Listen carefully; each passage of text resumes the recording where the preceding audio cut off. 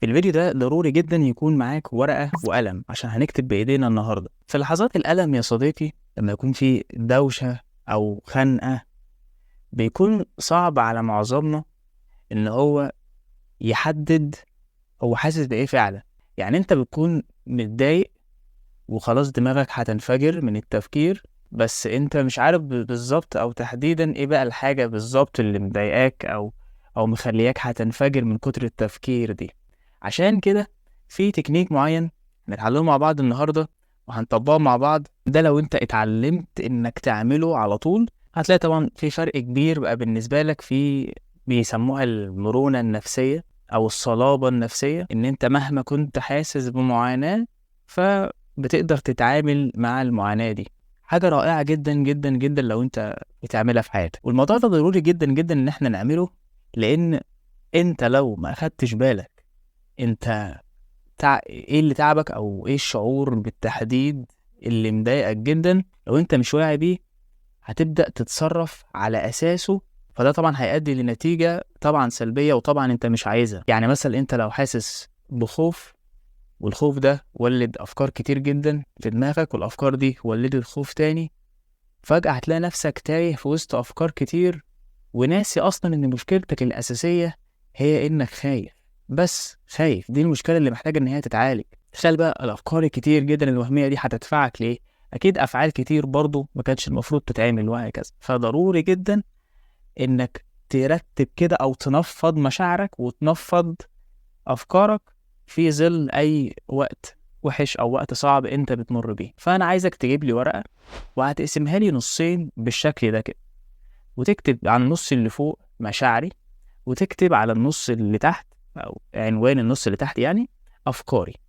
بص يا سيدي، الفكرة بتقوم حوالين ان اي شعور بنحس بيه بيستحوذ على قدراتنا العقلية، ويبدأ الاحساس ده او الشعور ده هو اللي يفكر. انت بقى لو قدرت تفصل خط الاتصال او تفصل اللينك ما بين المشاعر اللي شغالة الاحاسيس اللي شغالة وما بين التفكير، خلاص ده كده 90% من معالجتك لمشاعرك دي او من تعاملك ليها بطريقة صحية وصحيحة. فمثلا لو انت حاسس بكركبة داخلية، احساس سيء جدا، خلاص هات الورقة وما تستكبرش، واعرف ان طالما دي حاجة غريبة ومعظم الناس مش بتعملها، فبالتالي انت لو عملتها هتحصل لك نتائج مش بتحصل لمعظم الناس.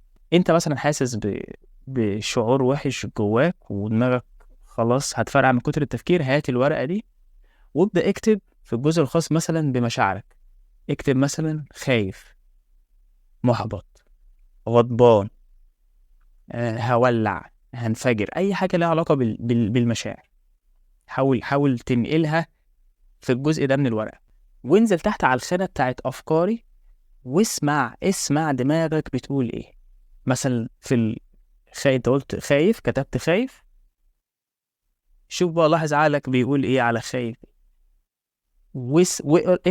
اكتب اللي انت سامعه في الجزء الخاص بأفكار. بعد ما تخلص او اثناء حتى ما انت بتعمل الموضوع ده هتحس انك بتفضي اللي جواك، فانت هتعرف ان الموضوع ده فعلا ليه فايدة وليه قيمة كبيرة جدا.